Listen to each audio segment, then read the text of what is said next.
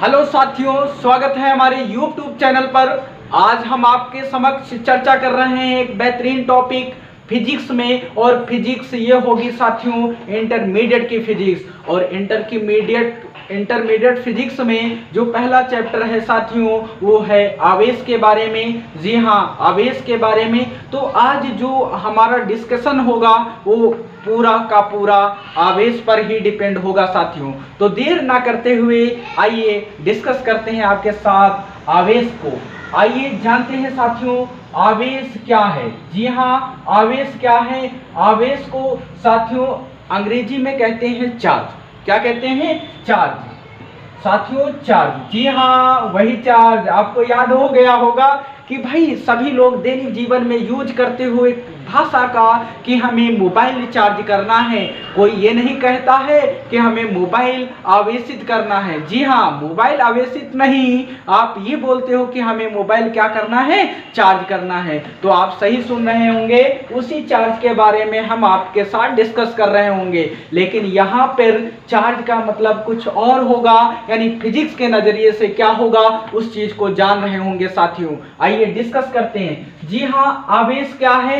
आवेश की सबसे पहले आपको आनी चाहिए परिभाषा। जी हाँ, क्या आनी चाहिए? परिभाषा आनी चाहिए। आपको क्या आनी चाहिए साथियों? परिभाषा।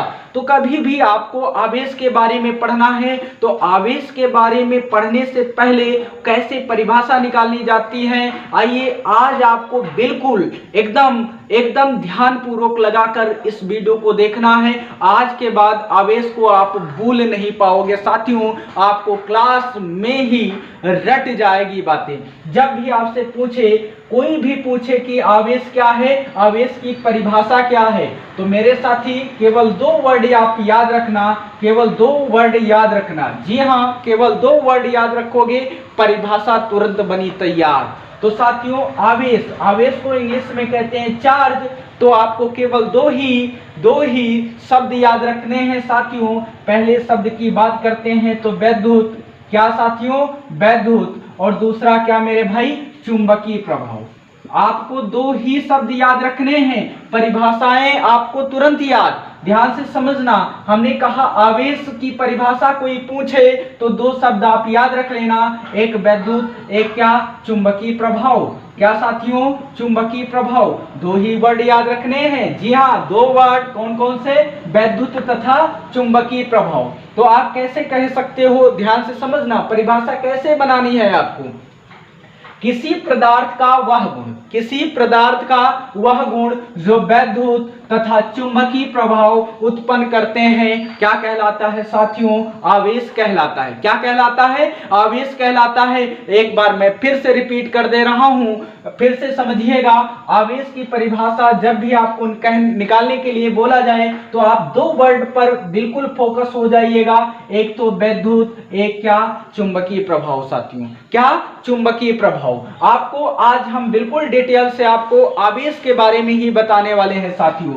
तो आवेश जब भी आए तो दो शब्द याद रखना, एक वैद्युत, एक चुंबकीय प्रभाव। अब परिभाषा की बात करें तो मेरे भाई किसी पदार्थ का वह गुण जो वैद्युत तथा चुंबकीय प्रभाव उत्पन्न करे क्या कहलाता है साथियों? आवेश कहलाता है। क्या कहलाता है? आवेश कहलाता है। साथियों बचपन में जब आप कक्षा 10 की क्लास में थे तो आपको एक एग्जाम्पल के माध्यम से चीजों को अच्छे तरीके से बताया जाता था कि आप सबसे पहले क्या करो, एक कंघा ले लो। क्या ले लो साथी? एक कंघा ले लो। कंघा को क्या करो मेरे भाई? कंघा को क्या करो? अब ये क्या होता है, कंघे को लेकर के आप बाल में उसे रगड़ते जाओ और क्या होता है, यहीं पर एक पृष्ठ ले लो साथी। क्या ले लो? पृष्ठ ले लो। और किसी पृष्ठ पे कागज के छोटे छोटे टुकड़े रख लो। क्या रख लो साथियों? टुकड़े रख लो। जब ये कंघे को बाल से रगड़ने के बाद जब क्या होता है कि छोटे छोटे कागज के टुकड़ों के पास ले जाते हो तो इस कंघे में ये कागज के छोटे छोटे कण चिपक जाते हैं। क्या हो जाते हैं साथियों? चिपक जाते हैं। ये किस कारण से चिपक रहे हैं साथियों? तो इसका मतलब कंघे पर कोई आवेश आ गया है।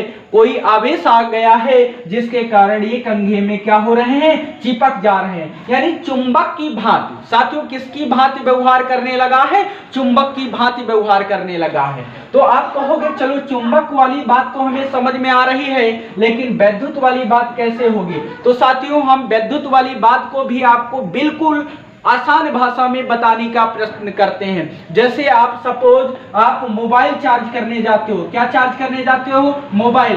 पहले आपका मोबाइल क्या होता है साथियों, बिल्कुल डिस्चार्ज होता है और उसको आप चार्जर में लगाते हो, चार्ज में लगाते हो, और लगाने के बाद जब मोबाइल आपका आवेशित हो जाता है तो वो क्या होता है, सारे फंक्शन फिर चलने लगते हैं। किस वजह से चलने लगते हैं, क्योंकि बैटरी आपकी चार्ज हो गई है, और अगर बैटरी चार्ज हो रही है तो इसका मतलब वो विद्युत की तरह व्यवहार करने लगी साथियों। किसकी तरह व्यवहार करने लगी, विद्युत की तरह। और अभी हमने आपको बताया कि घर्षण करवाते हैं किसका, कंघे को, किसके साथ मेरे भाई, बाल के साथ। जब इसको कंघे को जब कागज के छोटे छोटे टुकड़ों के पास लाए तो इसमें चिपकने का गुण आया। तो साथियों दोनों गुण आप देख पा रहे होंगे दूध की तरह एकदम साफ है, यानी जिस तरीके से दूध और पानी को मिला दिया जाए उसमें क्या होता है, अंतर बता पाना फिर मुश्किल हो जाता है। लेकिन आपको यहाँ पर मैंने दूध और पानी करने का प्रयास किया है साथियों।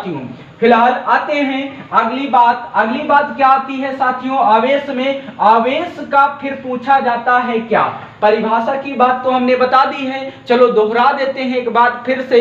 परिभाषा क्या होगी, तो ध्यान से सुनना साथियों। परिभाषा बनेगी किसी पदार्थ का वह गुण जो वैद्युत तथा चुंबकीय प्रभाव उत्पन्न करे, क्या कहलाता है, विद्युत आवेश कहलाता है। अब आवेश में एक और आपको मिलेगा प्रश्न, वो मिलेगा आवेश का मात्रक क्या होता है। आवेश का मात्रक पूछा जाएगा साथियों। जी हाँ, क्या पूछा जाएगा, आवेश का मात्रक। तो साथियों सभी को पता है आवेश का एसआई मात्रक होता है कूलाम। क्या होता है साथियों, कूलाम होता है। जी हाँ, आपका आवेश का एसआई मात्रक क्या होता है, कूलाम होता है। और यहीं पर प्रश्न आएगा कि जो भैया आपका आवेश है, क्या है, आवेश है, आवेश की विमा क्या होती है, आवेश की विमा क्या होती है। जी हाँ, मैं आपको कुछ भी रटाऊंगा नहीं, आपको खुद ऑटोमेटिक चीजें याद होती चली जाएंगी क्लासरूम में ही साथियों। जी हाँ, मैंने कहा आवेश की बीमा, तो आवेश की बीमा आप ऐसे निकालोगे, ध्यान से समझना साथियों, आपको रट्टा बिल्कुल लगाने की आवश्यकता नहीं है, ध्यान से समझना। आवेश की बीमा कैसे निकालोगे आप, तो आपको बहुत पहले मैंने पढ़ा रखा है, आपको पहले ही पढ़ा रखा है साथियों। I बराबर क्या होता है, Q/T। क्या होता है साथियों, Q/T। आवेश की बीमा की बात करेंगे तो I बराबर Q/T होता है साथियों। क्या होता है, I बराबर Q/T।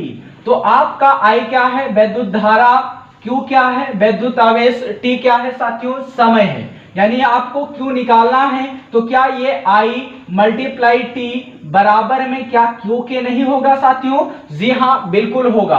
तो आप इसके मात्रक की बात कर लोगे तो Q बराबर I से क्या मिलेगा मेरे भाई, एम्पियर मिलेगा। क्या मिलेगा, एम्पियर मिलेगा। जी हाँ, क्या मिलेगा साथी, एम्पियर। और T से क्या मिलेगा, समय मिलेगा साथियों। क्या मिलेगा, समय मिलेगा। Q से क्या मिलेगा, एम्पियर मिलेगा।